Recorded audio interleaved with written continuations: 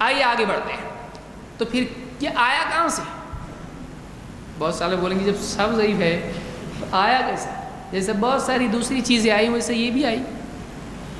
بہت سارے لوگوں نے بعض ضعیف روایتوں پر بنیاد رکھ کے انگوٹھے چومے، نہ جانے کیا کیا کیا. جنہوں نے حدیث کو صحیح سمجھا انہوں نے عمل کیا، جنہوں نے حدیث کو صحیح نہیں مانا، جن کو معلوم تھا کہ حدیث صحیح نہیں، انہوں نے عمل نہیں کیا اس کے اوپر.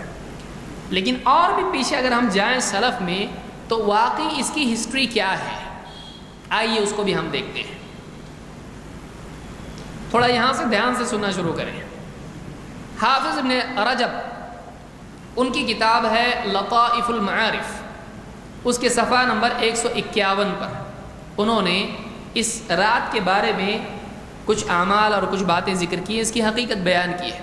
یاد رہے کہ حافظ ابن رجب جو ہیں وہ بھی اس کے قائل ہیں کہ اس رات جاگنا چاہیے. ہم آگے دیکھیں گے کہ واقعی فیصلہ اس بارے میں کیا ہے، لیکن انہوں نے اس پہ کتاب لکھی ہے.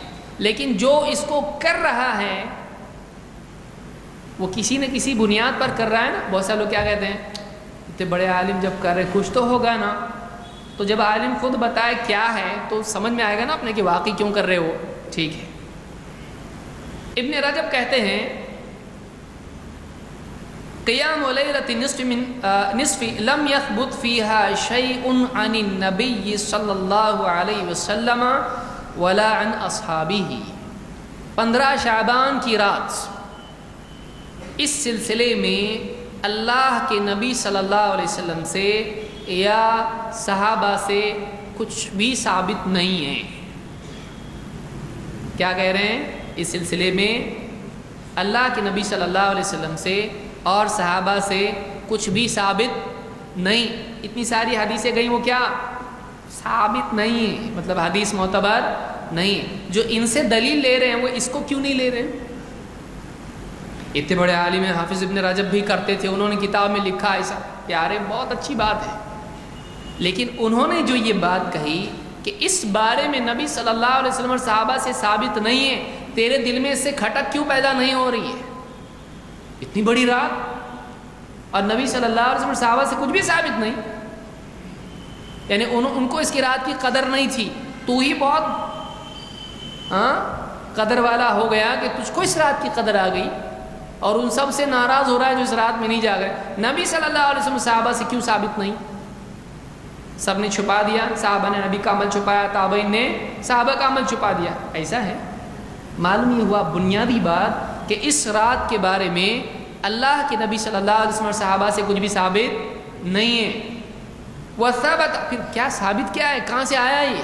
کہتے ہیں وثبت فیہا عن طائفۃ من التابعین من اعیان فقہاء اہل الشام. کہتے ہیں اس بارے میں جو عمل ہم کو ملتا ہے وہ کہاں سے ملتا ہے؟ شام کے، شام مطلب صبح شام نہیں، شام سیریا، مکہ مدینہ نہیں، سیریا، شام کے کچھ تابعین سے اس کا عمل ہم کو ملتا ہے کہ وہ اس رات کو جاگتے تھے، عبادت کرتے تھے. کوئی آدمی اچھا کچھ تو ملا ہم کو، کچھ تو ہے.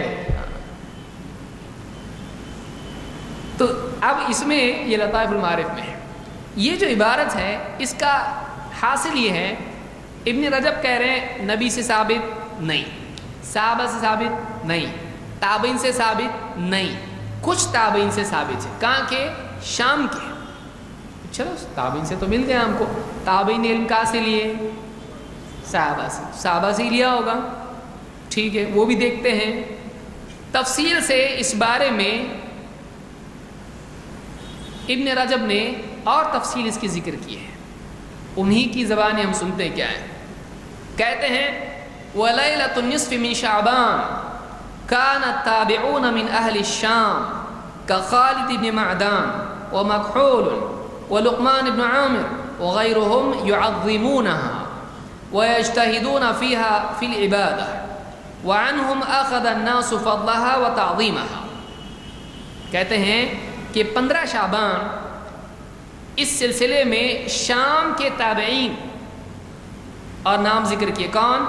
خالد بن معدان، مکحول، لقمان بن عامر اور ان کے علاوہ کچھ تھے. کہاں کے؟ مکہ کے نہیں، مدینہ کے نہیں، کہاں کے؟ شام کے۔ اور یہ لوگ کیا کرتے تھے؟ اس رات کی بڑی تعظیم کرتے تھے اور اس رات میں عبادت میں کافی مجاہدہ کرتے تھے۔ تو وَعَنْهُمْ أَخَذَ النَّاسُ فَضْلَهَا وَتَعْظِيمَهَا، بعد کے لوگوں نے انہی سے اس رات کی عظمت اور اس رات کا عمل لیا ہے۔ انہی سے وَعَنْهُمْ أَخَذَ النَّاسُ فَضْلَهَا وَتَعْظِيمَهَا، لوگوں نے اس رات کی عظمت کن سے لی؟ ان تابعین سے۔ کہاں کے؟ شام کے۔ تو بعد والے جو عمل کر رہے ہیں اس کی بیسس کیا ہے؟ شام کے ان تابعین کا عمل۔ یہ جب کر رہے ہیں تو کچھ ہوگا، ٹھیک ہے۔ ان کی بیس کیا ہے؟ وہ کیوں کرتے تھے شام کی تابعین؟ کہتے وقد قیل، یہ کہا گیا ہے، انہ بلغہم فی ذلک آثار اسرائیلیہ فلما اشتہر ذلك عنہم فی البلدان اختلف الناس فی ذلک۔ کہتے ہیں وقد قیل، یہ کہا گیا ہے، اس سلسلے میں بات کہی گئی ہے کہ ان تک اس سلسلے میں بعض اسرائیلی آثار پہنچے۔ بنی اسرائیل کے ہاں اس رات کی عظمت تھی، بنی اسرائیل کے آثار، ان کی باتیں انہوں نے قبول کی ان تابعین نے، اور اس رات کو ماننا شروع کیا۔ جو بنی اسرائیل میں تھا تو ہمارے بھی ہونا چاہیے، کیونکہ وہ بھی نبیوں والے ہیں، تو جب وہ کرتے ہیں تو ہم بھی کریں گے۔ جیسے اللہ کے نبی صلی اللہ علیہ وسلم کے زمانے میں جب بنی اسرائیل کو دیکھا عاشورہ کا روزہ رکھ رہے ہیں تو صحابہ نے پوچھا، تو آپ نے کہا، پوچھا کیوں؟ تو انہوں نے کہا کہ یہ بہت بڑا دن ہے، اس دن فرعون کو اللہ نے غرق کیا، موسیٰ علیہ السلام کو نجات دی، شکر میں موسیٰ علیہ السلام نے کیا تو ہم بھی کرتے ہیں۔ آپ نے کہا ہم تم سے زیادہ حقدار ہیں موسیٰ علیہ السلام کے، ہم بھی رکھیں گے، تو چلو بنی اسرائیل سے لے سکتے ہیں ایسا۔ اب ان تابعین نے بنی اسرائیل سے کچھ آثار سنے اور اس کی بنیاد پر اس رات کی فضیلت میں عمل کرنے لگے۔ تو ان کا سورس کیا ہے؟ نبی صلی اللہ علیہ وسلم، صحابہ نہیں، کون ہے؟ بنی اسرائیل۔ کیا بنی اسرائیل سے ایسا عمل لیا جا سکتا ہے؟ نہیں۔ بولے کہ تابعین ہے نا، بولے اور بھی تابعین ہے کہ نہیں ہے؟ کہ یہی ہے صرف؟ فَإِن تَنَازَعْتُمْ فِي شَيْءٍ فَرُدُّوهُ إِلَى اللَّهِ وَرَسُولِهِ، ان کے اپنے زمانے میں جب کچھ تابعین نے یہ لیا تو سارے تابعین اگر اس پر اتفاق کرتے تو ہم بھی خوشی خوشی عمل کرتے۔ چلو بھائی سب کا اجماع ہو گیا اس پر، لیکن اس پہ اجماع ہوا نہیں۔ کہتے ہیں، یہی خود کہہ رہے ہیں، کیا کہہ رہے ہیں؟ کہ وقد قیل انہ بلغہم فی ذلک آثار اسرائیلیہ، کہ یہ کہا گیا ہے کہ ان کے پاس اسرائیلی آثار تھے، اسی کی بنیاد پر انہوں نے ایسا کیا۔ فلما اشتہر ذلک عنہ فی البلدان اختلف الناس فی ذلک، جب ان کا یہ عمل مختلف علاقوں میں مشہور ہوا تو یہ آیا کہاں سے؟ شام کا عمل مختلف علاقوں میں پھیل گیا، ارے ایسا کرنا چاہیے، ہوتے ہوتے ہوتے ہوتے علاقوں میں پھیل گیا۔ اب کعبہ جو بنا ہے نا لوگوں نے، کعبے کا دروازہ کہاں سے آیا؟ بہت سے لوگوں کو معلوم بھی نہیں ہوتا ہے، فلم انڈسٹری سے آیا، فلاں صاحب نے بنوایا، ایسا کیا، پھیلایا، تو سارے گھروں میں، ہوٹلوں میں آج کعبے کا دروازہ ہے۔ پہلے تھا؟ نہیں تھا، باپ دادا سے پوچھئے، نہیں تھا، اب سب کے گھروں میں دکھائی دیتا ہے آج کل، ہوٹلوں میں برکت کے لیے، دکانوں میں، گھروں میں، مکان میں، سب طرف۔ تو ایک چیز کوئی دیکھتا نہیں ہے کیا ہے، صحیح ہے کہ غلط ہے، وہاں دیکھا بہت اچھا دیکھ رہا ہے، چلو اپنے گھر میں بھی دیکھیں چلو۔ تو بہت سارے لوگ دیکھا دیکھی عمل کرتے ہیں۔ جب ان لوگوں کا عمل مختلف علاقوں میں پھیل گیا، لوگوں میں اس بارے میں اختلاف ہوا، سب نے اس کو قبول کیا نہیں، اس بارے میں اختلاف ہوا، انہی کے دور میں اختلاف ہوا۔ ان تابعین سے سب نے اتفاق کیا، چلو بھئی تابعی مانو ان کی بات کو، نہیں، کچھ لوگوں نے کہا نہیں، بات صحیح نہیں ہے۔ کون تھے؟ کہا کہ اختلف الناس فی ذلک فمنہم من قبلہ منہم ووافقہم علی تعظیمہا، بعض لوگوں نے ان کی یہ بات قبول کر لی اور ان کی موافقت میں اس رات کی عظمت منانے لگے، اس رات کو عظمت والی ماننے لگے۔ اور کون تھے یہ لوگ؟ کہے کہ منہم طائفۃ من عباد اہل البصرۃ وغیرہم، ماننے والوں میں کون ہیں؟ بصرہ کے کچھ لوگ جو عبادت گزار تھے، بصرہ الگ ہے، بصرہ میں، تو تو بصرہ کے لوگوں نے اس کو قبول کیا اور ان کے علاوہ لوگوں نے. اور کیا کہتے ہیں؟ وَأَنْكَرَ ذَلِكَ أَكْثَرُ عُلَمَاءِ الْحِجَازِ، حجاز کے اکثر علماء نے اس کا انکار کیا. جب یہ چیز پھیلی، ان کے زمانے میں دوسرے بھی تو تابعین تھے نا، سارے جا کے شام میں تابعین تھے اور مکہ میں تابعین نہیں تھے، مدینہ میں نہیں تھے. ایسا تھا اس وقت میں، مکہ میں بھی تابعین تھے، مدینہ میں بھی تھے اور علاقوں میں بھی تھے.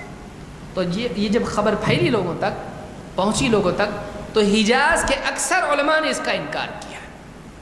حجاز کے اکثر علماء نے اس کا انکار کیا. کون کون ہیں یہ لوگ؟ کہا کہ منہم عطا ابن ابی رباح مکی ہیں، اور ابن ابی ملیکہ مکی ہیں. کب کے ہیں یہ؟ عطا کی وفات ہے 114 ہجری، 114 ہجری میں وفات بھی ہو گئی تھی ان کی، مکہ کے ہیں.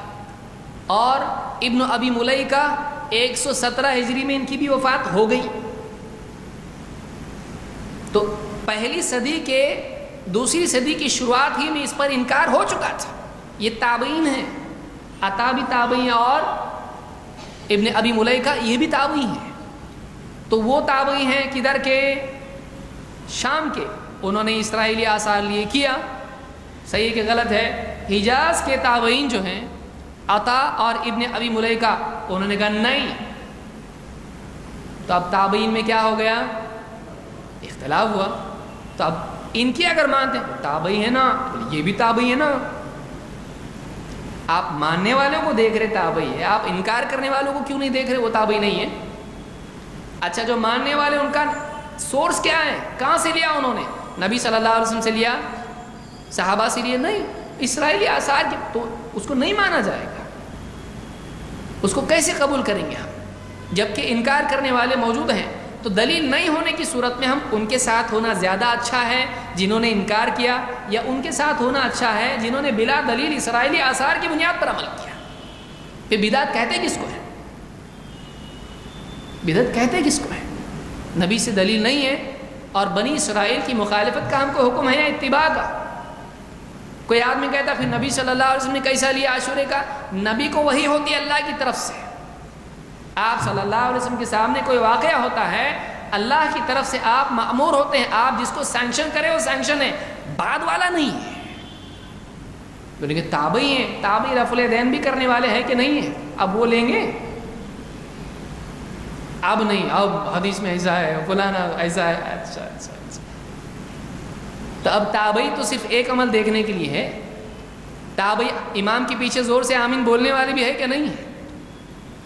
پھر ان کا کیا کریں گے؟ پھر تابعین میں آپ کو طاؤس مل رہے ہیں، سینے پہ باندھتے تھے اللہ کے نبی صلی اللہ علیہ وسلم، وہ نہیں لیں گے آپ؟ امام کے پیچھے قرأت کرنے والے اور اتنے سارے مسائل ہیں، وہاں تابعین کہاں چلے جاتے ہیں؟ صرف اپنے دل کے حساب سے مسئلہ لینے کے لیے آپ تابعی کو دلیل بنائیں اور باقی مسائل میں کہیں اس کی کوئی دلیل نہیں ہے. تو پھر انگوٹھے چومنا کیوں غلط ہے؟ انگوٹھے بھی چومیے، اس کے لیے بھی کچھ نہ کچھ کہیں نہ کہیں مل جاتا ہے.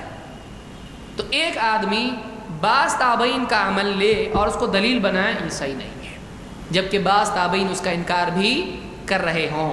تو عطا اور ابن ابی ملیکہ انہوں نے اس کا انکار کیا ہے. وَنَقَلَهُ عبد الرحمن ابن زید ابن اسلم عن فقہاء اہل المدینہ، اور عبد الرحمن ابن زید ابن اسلم نے مدینہ کے فقہاء سے بھی اس کو نقل کیا ہے. یہاں تھوڑا میں رکنا چاہوں گا. بعض لوگوں نے کہا دیکھیے آپ نے یہ راوی یہاں ذکر کیا کیسے؟ کیوں کیا؟ میں نے تھوڑی کیا، یہ میں کس کی عبارت نقل کر رہا ہوں؟ ابن رجب، ابھی ان کی عبارت ختم نہیں ہوئی ہے. انہوں نے عطا اور ابن ابی ملیکہ کا قول ذکر کرنے کے بعد، موقف ذکر کرنے کے بعد انہوں نے کہا وَنَقَلَهُ، اور یہی بات نقل کی ہے کس نے؟ عبد الرحمن ابن زید ابن اسلم نے. کس سے؟ مدینہ کے فقہاء سے. عن فقہاء اہل المدینہ، مدینہ کے فقہاء سے عبد الرحمن ابن زید ابن اسلم نے یہ نقل کیا ہے. اور اس کے بعد پھر اور آگے الگ بات شروع ہوئی، وَهُوَ قَوْلُ أَصْحَابِ مَالِكِ وَغَيْرِهِمْ، اور یہی قول ہے امام مالک کے اصحاب کا، ساتھیوں کا، یا تلامذہ کا آپ کہہ سکتے ہیں، اور ان کے علاوہ لوگوں کا۔ تو اس میں آپ دیکھیے کیا ہو رہا ہے، بہت سارے لوگوں نے، کچھ لوگوں نے عبارت کو تھوڑا گڑبڑ کرنے کی کوشش کی ہے، کہا کہ دیکھیے یہ جو راوی ہے معتبر نہیں ہے۔ کون؟ عبد الرحمن ابن زید بن اسلم۔ تو آپ نے وسیلے کے درس میں تو اس کے اوپر تنقید کی ہے کہ اس کی وجہ سے وہ جو روایت ہے کہ آدم علیہ السلام نے وسیلہ لیا کس کا؟ نبی کا، تو یہی تو راوی وہاں بھی ہے۔ تو آپ نے اس راوی کو یہاں ذکر کیا ہے، اپنے لیے لگ رہا ہے تو ذکر کر رہے ہیں، اور وہاں آپ کو رد کرنا ہے تو اس پہ رد کر رہے ہیں، یہاں کیوں نہیں کر رہے ہیں؟ اس سے آپ نے نقل کیا، لہٰذا یہ پوری بات غلط ہے۔ ایسا نہیں ہے۔ دیکھیے آدمی کے پاس اگر علم نہیں ہو تو اس سے جہالت ہی کی باتیں نکلیں گی۔ بھائی آپ ایک آدمی کے پاس علم کی بات اگر نہیں ہے تو وہ آدمی جب بولے گا تو کیا بولے گا؟ علم بولے گا؟ وہ آدمی ایسی بات بولے گا جو علم سے ہٹی ہوئی ہے۔ جس کو اصول نہیں معلوم ہے وہ آدمی بہت غلطیاں کرتا ہے۔ یہاں پر یاد رکھیے، عبارت دیکھیے، عبارت میں یہ عبارت پوری کی پوری نقل کرنا ضروری ہے کہ نہیں ہے؟ ابن رجب کی پوری عبارت میں نقل کر رہا ہوں، اس سے پہلے بھی درس لے چکا ہوں، اس کے بارے میں بات ہو رہی ہے۔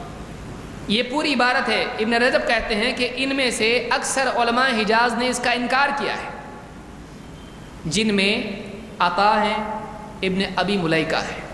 یہ کہاں کے؟ مدینہ کے ہیں کہ مکہ کے ہیں؟ یہ مکہ کے دونوں، ابن ابی ملیکہ اور عطا دونوں کہاں کے ہیں؟ مکہ کے ہیں۔ اور اس کے آگے کی عبارت ابن رجب کہتے ہیں کہ عبد الرحمن ابن زید ابن اسلم نے مدینہ کے فقہا سے بھی یہ بات نقل کی ہے، تو یہ عبارت الگ ہوئی۔ اب عبد الرحمن ابن زید ابن اسلم کا عمل یا ان کا قول کس کے بارے میں ہے؟ مدینہ کے فقہا کے بارے میں۔ پھر عبارت ختم ہوئی، اب تیسرا ذکر ہو رہا ہے، کیا؟ اور وَهُوَ قَوْلُ أَصْحَابِ مالک وغیرہم، اور یہی قول ہے امام مالک کے اصحاب کا اور ان کے علاوہ کا۔ تو تین لوگوں کا قول ابن رجب نے ذکر کیا ہے۔ نمبر ایک، مکہ کے دو تابعی، دو مدینہ کے فقہا، تین امام مالک کے اصحاب اور ان کے علاوہ۔ مدینہ کے فقہا ہی کے لیے صرف کس کا قول ہے؟ عبد الرحمن ابن زید ابن اسلم کا۔ تو اگر عبد الرحمن ابن زید ابن اسلم ضعیف ہے تو اس سے صرف کون سی بات ضعیف ہو جاتی ہے؟ مدینہ کے فقہا کی۔ لیکن پہلے جو مکہ کے تابعین ہیں اور امام مالک کے اصحاب جو انکار کر رہے ہیں اس پہ اثر پڑے گا؟ اس سے نہیں، کیونکہ وہ بات عبد الرحمن ابن زید ابن اسلم نے نقل نہیں کی ہے۔ لیکن اب جس کو نہیں معلوم ہے وہ کیا کرے گا؟ یہاں غلطی، جلدی کا کام شیطان کا، جلدی جلدی پڑھا، مل گیا کچھ تو عبد الرحمن ابن زید ابن اسلم، دیکھو انہوں نے راوی ذکر کیا، ابھی تھوڑا اور بھی ٹھہرو ذرا۔ عبد الرحمن ابن زید ابن اسلم کے بارے میں ہماری تنقید ہے وسیلے کے بعد۔ دیکھیے علم، اللہ رب العالمین ہم سب کو علم عطا فرمائے، گہرا علم ملنا بہت اللہ کی طرف سے توفیق ہوتی ہے۔ سطحی علم 4-5 چیزیں وہاں سے پڑھ لی، انٹرنیٹ گوگل بھائی سے پوچھ کے، شیخ گوگل، اور یہاں وہاں تھوڑا بہت سافٹ ویئر مل گیا، کر لیا۔ آدمی دیکھیے، آدمی کو فیصلہ کرنے کی قوت اس میں ہونا چاہیے، اور اس کو اصول معلوم ہونا چاہیے، اور الف اور با میں فرق ہونا چاہیے اس کو، کہ دونوں ایک ہی ہیں، دونوں میں فرق ہے نا۔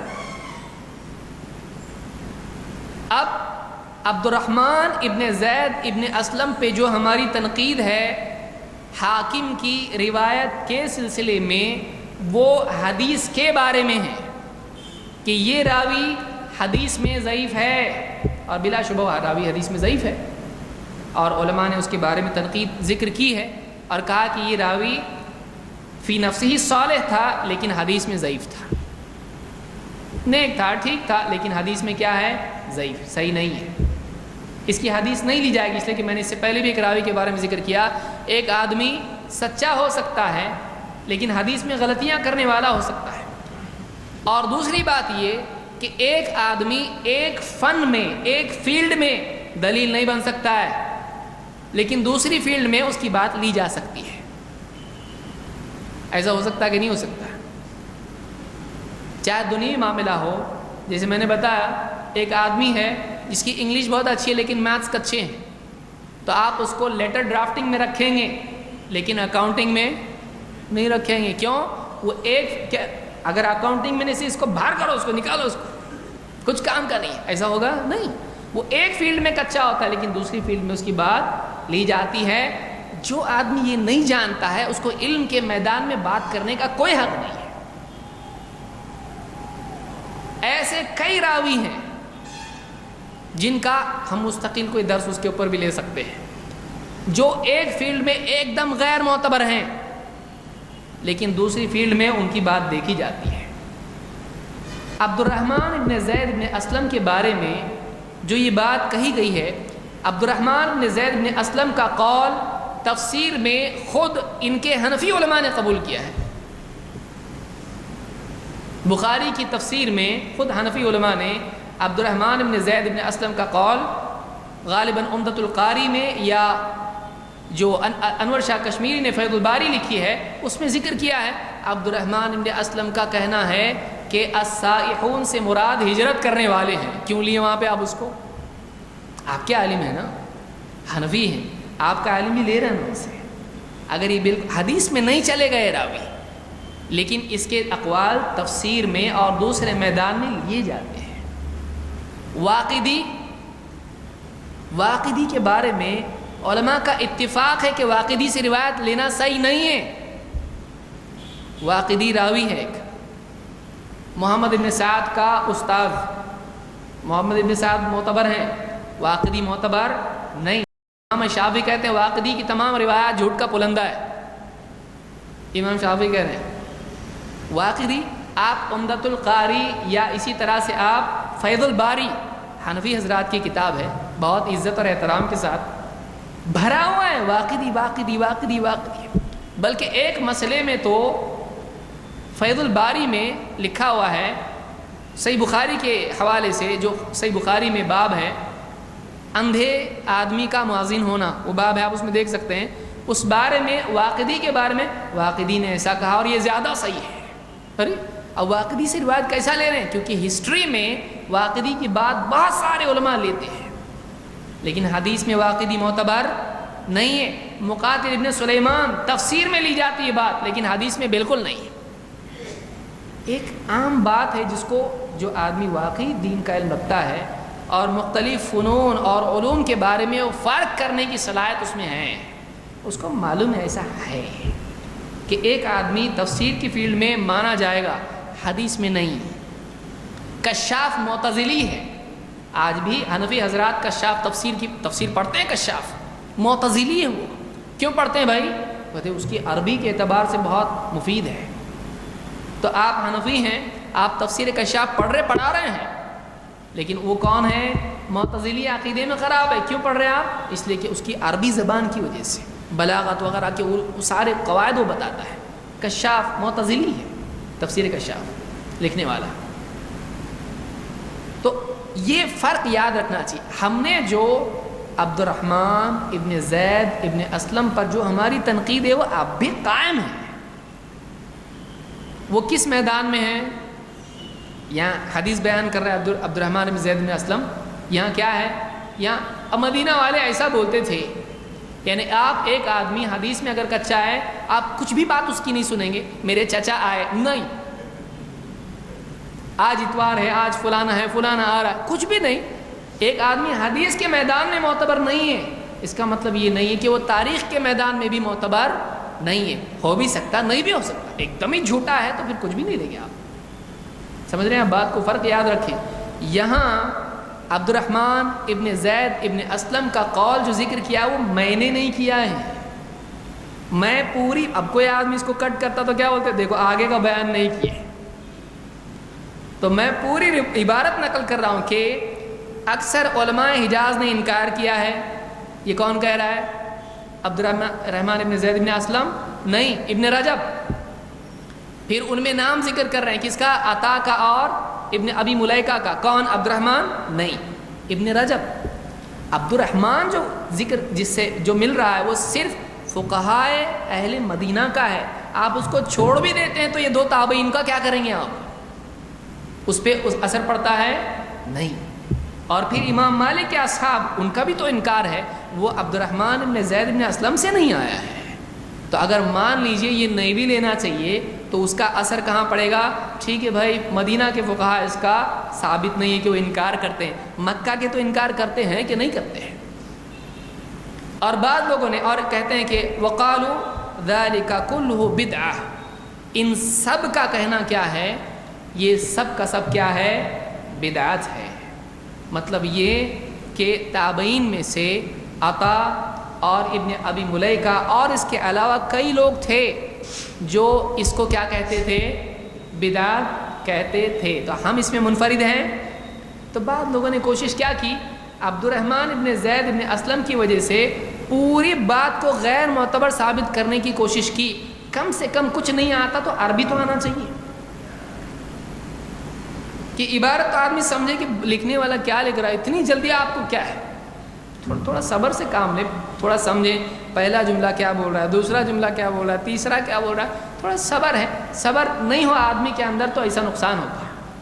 ایسی تنقید آدمی کرتا ہے جو اپنے علم کے عیوب کے ثابت کرنے کا ذریعہ بنتی ہے۔ ٹھیک، آگے آئیے۔ کچھ لوگوں نے یہاں پر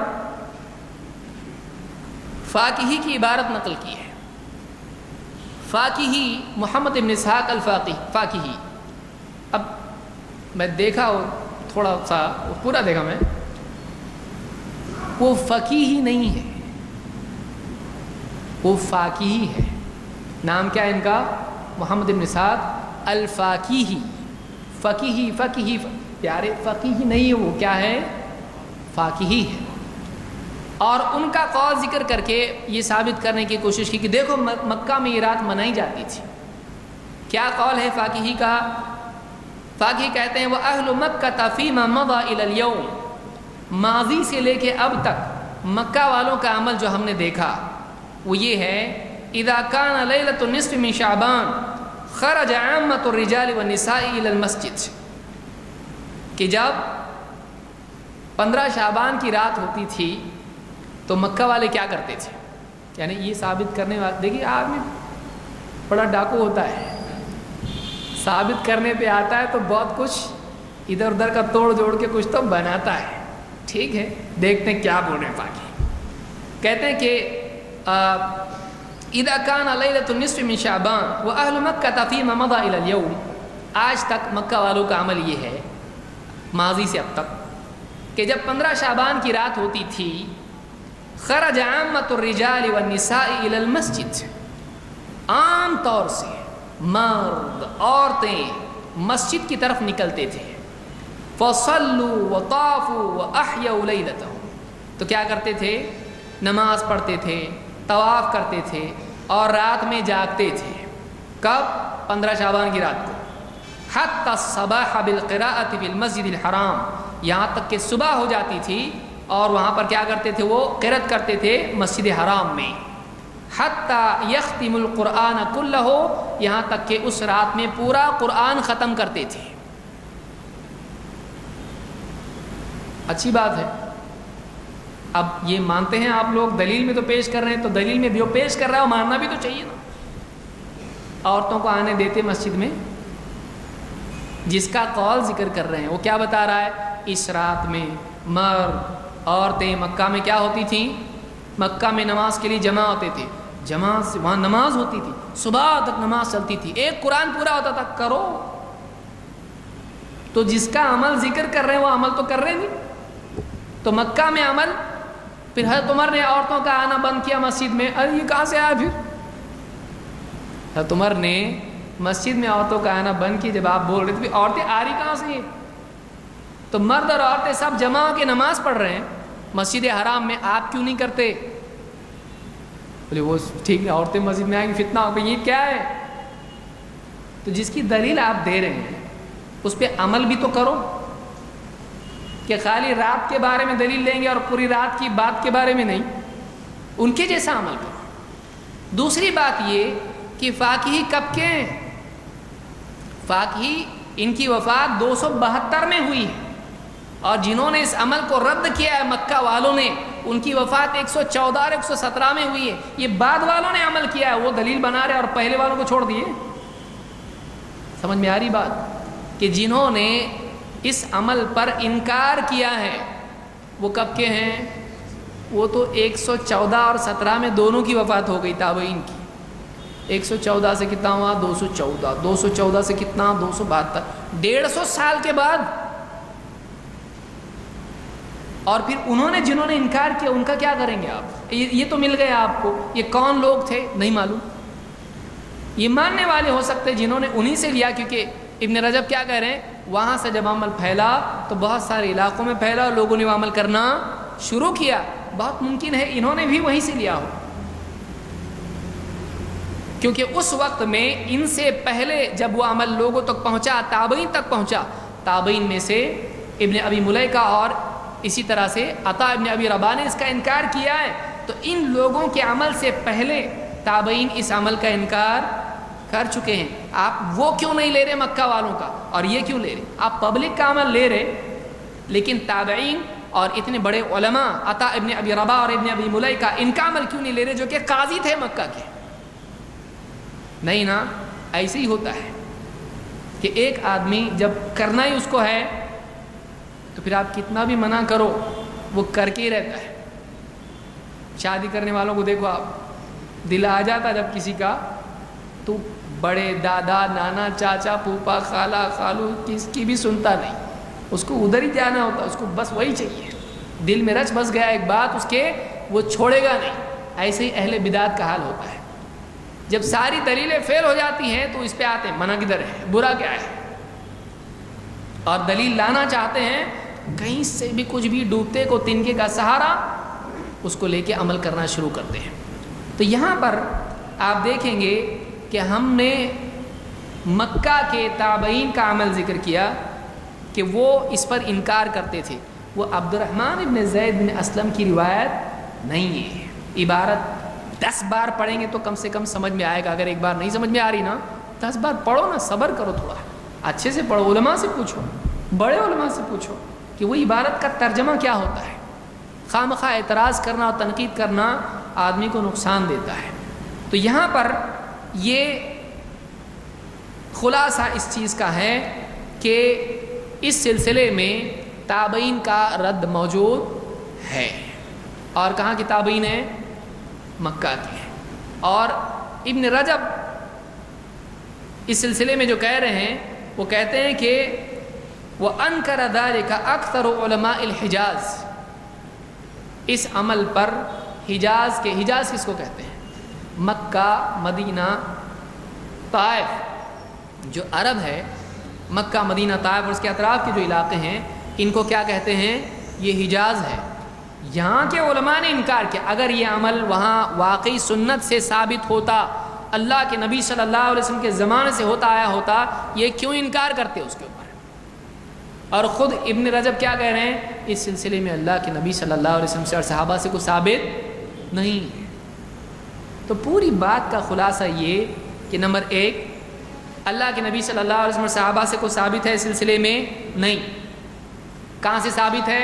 شروعات تابعین. کہاں کے تابعین؟ حجاز کے نہیں، شام کے. پھیلا کہاں سے؟ وہیں سے، سب طرف.